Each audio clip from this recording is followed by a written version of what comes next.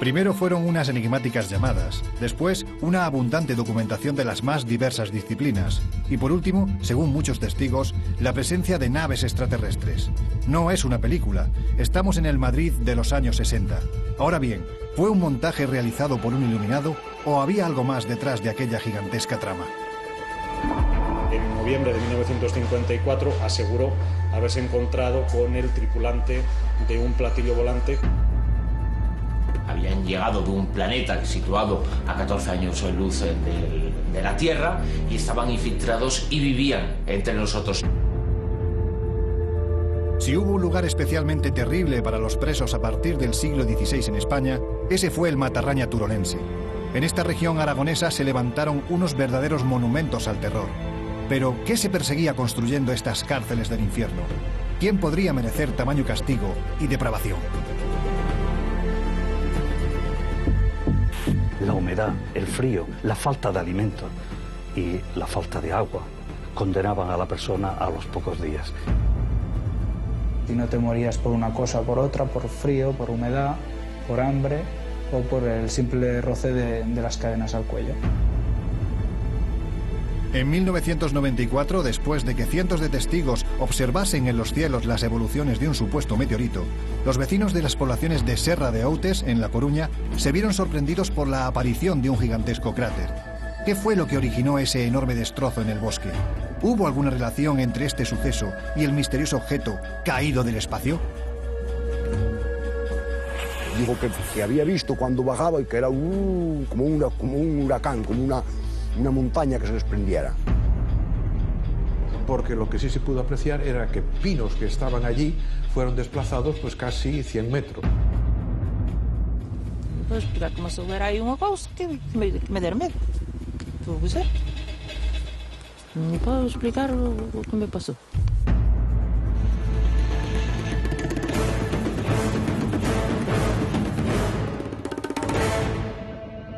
Esta es la estrella enana roja Gliese 581. Se encuentra a 20 años luz de la Tierra. Es un poco más pequeña que nuestro Sol y cuenta con un sistema de 4 planetas que giran a su alrededor, uno de los cuales se halla a una distancia tal que hace posible la presencia de agua líquida, necesaria para la formación de cualquier tipo de vida. Llegar hasta allí se antoja improbable, no al menos para nuestra generación y posiblemente tampoco para las inmediatamente venideras. Pero esto nos ha permitido reabrir un viejo caso, del que hasta hace pocos años se consideraba el único exoplaneta habitado.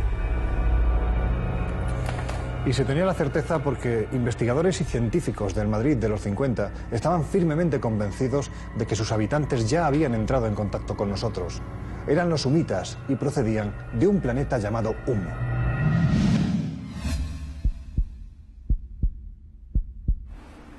Imaginemos por unos instantes esta calle hace 60 años. Madrid era una ciudad efervescente, que lograba salir de la terrible década de las hambrunas y que deseaba saber más de ciencia, de arte, de historia, pero también de supuestas civilizaciones que habitaban en las lejanías siderales. En este lugar dio comienzo todo. Allá por los años 1954 empezó a darse en Madrid una serie de fenómenos que en principio no saltaron a la luz y en los que estaba implicado un empleado entonces de Telefónica que era Fernando Sesma. Fernando Sesma dedicó su atención a un tema entonces emergente como era el de los platillos volantes y decidió formar una especie de tertulia para tratar de esos temas. Esa tertulia luego derivó en la Sociedad de Amigos de Visitantes del Espacio, que fue la primera entidad de esas características legalizada en España. Finalmente, en el año 1956, pues vienen a recalar en el antiguo Café León y concretamente en su sótano, la Ballena Alegre, y a partir de ese momento el nombre de la Ballena Alegre pues va a ligarse indisolublemente con el grupo de Sesma y con los Amigos del Espacio pues durante los 20 y tantos años siguientes. La presencia de presuntos visitantes de otros mundos estaban provocando un interés en la sociedad española a través de estos individuos, de estos hombres de cultura que se reunían en cafés, que se reunían en centros literarios, en ateneos. Y el suceso de Alberto San Martín tuvo mucho que ver con la explosión y con los comentarios que se dieron a conocer en esos centros. Un enfermero llamado Alberto San Martín, el cual en noviembre de 1954 aseguró haberse encontrado con el tripulante de un platillo volante cerca de la carretera de La Coruña y con la particularidad de que ese presunto extraterrestre le entregó una especie de presente o de regalo que consistía en una piedra de tipo cúbico y que en una de sus caras tenía 9 signos grabados. Se le dio un significado mesiánico, era un mensaje que querían transmitir los extraterrestres a los terrestres. Era la primera vez que ocurría algo así en España y eso provocó que tuviera una enorme repercusión. La piedra fue analizada por el profesor del Instituto Madrileño de Mineralogía, Pedro García Bayón Campomanes, quien no tuvo reparo en afirmar que aquella piedra era rarísima y daba reacciones muy extrañas. Fue la primera prueba, la evidencia para Sesma y su cada vez más nutrido grupo de que estaban contactando con los extraterrestres. A partir de enero de 1966, Fernando Sesma empieza a recibir unas llamadas telefónicas siempre realizadas por la misma persona, que se le presentaba como un habitante o expedicionario del planeta Unmo. A continuación, o en los días siguientes, le enviaría una serie de mensajes y esas serían las primeras cartas e informes unmitas conocidos. Era básicamente una historia política, social, religiosa, lingüística, de lo que era su cultura y su civilización. Habían llegado de un planeta situado a 14 años en luz de la Tierra y estaban infiltrados y vivían entre nosotros y querían dar algunas pequeñas pistas de su existencia. Habla de cosas verdaderamente curiosas, como por ejemplo un sistema de transporte que no conocíamos en ese momento en la Tierra, basado en anillos toroidales que iban perfectamente protegidos. Había cartas que se referían a temas de cosmología, de astronomía, de medicina, en este caso de unas materias que entonces, en los años 66 y 67, pues todavía no se trataban demasiado, como era la biogenética. Querían mejorar nuestra vida. Eso más o menos es lo que querían transmitir, pero no existía un mensaje mesiánico como se había producido hasta ese momento en todos los otros contactados que existían en el mundo. Y esto fue quizá lo que condujo al éxito y a la repercusión a las comunicaciones de los sumitas. Durante estos supuestos primeros contactos se produjeron situaciones insólitas, casi esperpénticas, como esta comunicación telefónica dirigida al ingeniero Enrique Villagrasa por un supuesto humita. No formulen preguntas a sus hermanos. ¿Sí? ¿Reunidos? A mis hermanos. Sí. Ah, bien, de acuerdo, o sea, no desean que formulemos preguntas a sus hermanos. Fernando Sesma no albergaba dudas de la realidad del contacto, ni sus seguidores tampoco. Únicamente precisaban de una prueba física, y esta llegó el 7 de febrero del año 1966. Según la agencia de noticias Cifra, varios testigos vieron como un objeto, un platillo volante, como los que entonces tanto se veían, y con el signo de humo en la panza del artefacto, había tomado tierra en el barrio de Aluche, en Madrid. Ahí se revelaba ya la identidad de un tal señor Jordán, el cual afirmaba que en un momento dado observó cómo prácticamente se le echaba encima un objeto de color anaranjado y de forma vagamente triangular. Ese objeto fue descendiendo hasta que aterrizó a una distancia corta de donde él se encontraba. Los sumitas no anunciaban su presencia y no decían vamos a pilotar una de nuestras naves sobre tal ciudad, pero esta fue la única de las ocasiones en la que lo habían hecho y esa agencia venía a confirmar con aquella noticia y con aquel teletipo que los ovnis efectivamente habían sobrevolado Madrid a muy pocos kilómetros de la capital. Por tanto, el caso del aterrizaje de Aluche habría sido una primera confirmación de que los mensajes o la experiencia que estaba viviendo Fernando Sesma podía ser algo bien real. En este mismo campo vestido de tonos ocres se produjo el supuesto aterrizaje de Aluche. Y aquí quedaron como prueba de aquel suceso 3 huellas profundas formando un gran triángulo, rectangulares, con una suerte de aspas en su interior y separadas unas de otras aproximadamente 6 metros. Era la prueba definitiva de que habían aterrizado allí. En mayo del 64, un operador de cámara que estaba en la base naval, creo que es, de los norteamericanos, en las Bahamas, y por la noche, mientras estaba preparando el teodolito, iban a hacer un lanzamiento de un misil, de un submarino, no sé qué, entonces de repente aparecieron 3 objetos con la famosa H de humo o lo que sea en la panza, ¿no?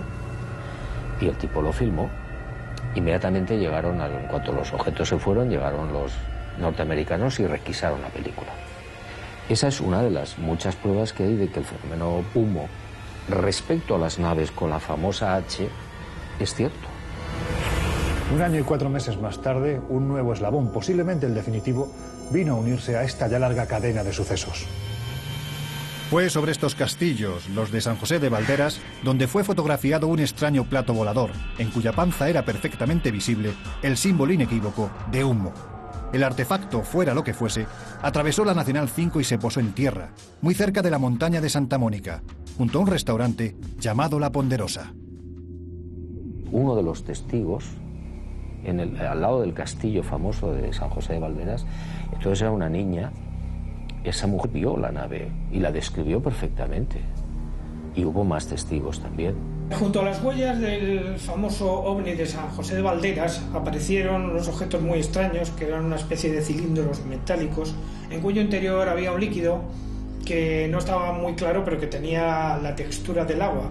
Y dentro de él había una especie de laminillas de plástico que tenían grabado el símbolo de humo. Un año después, a finales de 1968, el Instituto Nacional de Técnica Aeroespacial emitió un informe donde decía que la tira de plástico presentaba una composición química semejante a la del polifluoruro de vinilo, una composición química que entonces no estaba muy desarrollada por la química terrestre. Más significativo era que el resto metálico presentaba una pureza de níquel del 99%, ya que no había objetos convencionales por aquella época que contuvieran una composición de níquel tan alta como aquella. Estaban los sabios hablando de el misterio de humo, qué es esto y quién está detrás de esas cartas. Y luego aparece, porque lo habían anunciado previamente, uno de esos artefactos con uno de esos símbolos, el símbolo que identificaba a humo, y fue la piedra que faltaba para catapultar al tema de humo al más importante dentro del fenómeno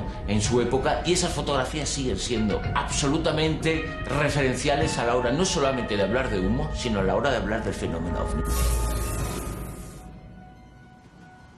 Fernando Sesma y su grupo de amigos del espacio no cabían de gozo. La presencia de humitas era indiscutible, pero la euforia se fue apagando y las dudas aparecieron. Primero sobre las fotos de los platillos de San José de Valderas, y después sobre quién parecía estar moviendo los hilos en la sombra. Los resultados de 2 estudios independientes fue el mismo, y era que el objeto fotografiado no mediría más allá de 20 o 30 centímetros, es decir, que sería una simple maqueta colgada de un hilo muy fino, y que al hacerse las fotografías se habría utilizado un tipo de sensibilidad tal que hiciera más difícil el poder apreciar el hilo del que colgaría o pendería esa maqueta. Los negativos los analizó, entre otros laboratorios, el Laboratorio de Imagen de la Guardia Civil en Madrid. Y el famoso negativo en el que dicen que había un hilo del que colgaba la maqueta o lo que fuera, no era un hilo, sino una rayadura del negativo. El negativo estaba muy estropeado y yo vi en el microscopio cómo se ve el rayón. Entonces, no es cierto que haya una maqueta, que se hiciera una maqueta y tal. Esos son inventos que luego se hicieron posteriormente. La nave estuvo allí. Eran unas fotografías tan espectaculares y respondían a otro de los anuncios que habían efectuado en sus cartas los humitas. Cumplieron su promesa, estuvieron en los cielos de Madrid y se dejaron fotografiar. ¿Qué ocurre? Que se dejaron fotografiar por quien era el causante y el creador de todo el misterio. Hubo un momento ya avanzado en los años 70 en que todo esto se puso en cuestión porque evidentemente las comunicaciones descendieron y entonces empezó a sospecharse que todo aquello no era nada más que un montaje o de control por parte de las autoridades de la época o una monumental estafa o broma que estaba protagonizada fundamentalmente por uno de los personajes que más implicados estaban en la cuestión, que era José Luis Jordán Peña. La verdad es que Jordán Peña, en cada una de las reuniones que se iban produciendo en los diferentes cafés madrileños en los que se juntaban los aficionados al mundo de los extraterrestres y de las visitas de los humitas, él parecía tener siempre más información. Él tenía acceso a información de primera mano dentro del mundo científico y utilizaba esas informaciones para transmitirlas y hacerlas pasar por mensajes y por conocimientos que tenían los extraterrestres todos empezamos a darnos cuenta de que había demasiadas casualidades, había demasiada letra pequeña en todo aquello que solo podía conocer este hombre, y a partir de ese momento se nos desmontó totalmente el caso, y luego al final él terminó reconociendo que efectivamente él había sido el autor de toda la historia del planeta Humo. Hubo que esperar casi 20 años para que esas sospechas se hicieran firmes y para que él finalmente acabara confesando su participación en la creación de Humo. Hay muchísimas dudas, o sea, yo lo he investigado un poquito, bastante. Hay parte del tema que sí probablemente alguien ha metido la mano, por supuesto. Pero hay otra parte del fenómeno desde su arranque que es auténtico. Lo que pasa es que es muy incómodo. Para mucha gente es muy incómodo el tema. Pero aún quedaba una sorpresa. En 1989 la agencia soviética TASS informó a medio mundo que en la ciudad rusa de Voronezh varios niños aseguraban haber visto un extraño objeto aterrizando en un parque y descendiendo de él dos seres muy altos. Al dibujar el artefacto, en la base del mismo aparecía el misterioso símbolo humita. Mi opinión sobre el tema Humo es que desde luego es muy improbable, por no decir imposible, que nos encontremos ante una historia de origen extraterrestre. Cabe la posibilidad de que pudiera haberse tratado de algún tipo de ensayo, de experimento de tipo sociológico, donde la voz cantante quizá la hubieran podido llevar algunas de las personas que inicialmente estuvieron relacionadas con el tema, o bien que hubieran servido a otros intereses que de momento permanezcan en el anonimato. La verdad es que al principio creía pez juntillas en todo ello. Hoy, desde la perspectiva que tengo, sé que todo aquello era absolutamente falso. Mi opinión personal es que Humo es exactamente eso, un fraude que hizo Jordán Peña y que ha hecho elevar la imaginación de mucha gente hasta construirlo en una especie de teofanía alrededor de la ufología. Yo pienso que el fenómeno es real, aunque alguien ha metido la mano y ha contaminado el caso. Yo creo que hay que investigarla bien y no dejarse influenciar, ¿no?, por las cosas que dice uno y que dice otro. Aparte que esa persona que metió la mano es un mentiroso patológico. Se le han pillado en 27.000 mentiras de todos los colores. Por tanto, no tiene credibilidad, aunque diga la verdad. Tengo la sospecha de que detrás de todas aquellas cartas y detrás de la mayor parte de información asociada a Humo está José Luis Jordán Peña, su entorno y personas que, de forma independiente, completan la labor y la misión de Jordán Peña. Por lo tanto, no hay más conclusión que decir que se trató de un gran fraude y que no hay que creérselo, pero es digno de estudio como ninguna otra cosa. Sobre este asunto son demasiadas las dudas que planean. ¿Cómo pudo Jordán Peña, él solo, escribir miles de páginas de un altísimo contenido técnico y científico, enviándolas además desde diferentes partes del mundo? Es por ello que son muchos todavía, curiosos e investigadores, escritores e incluso algún político, que piensan que más allá de nuestro cielo, a 14,6 años luz de nosotros, sigue habiendo un planeta habitado llamado Humo.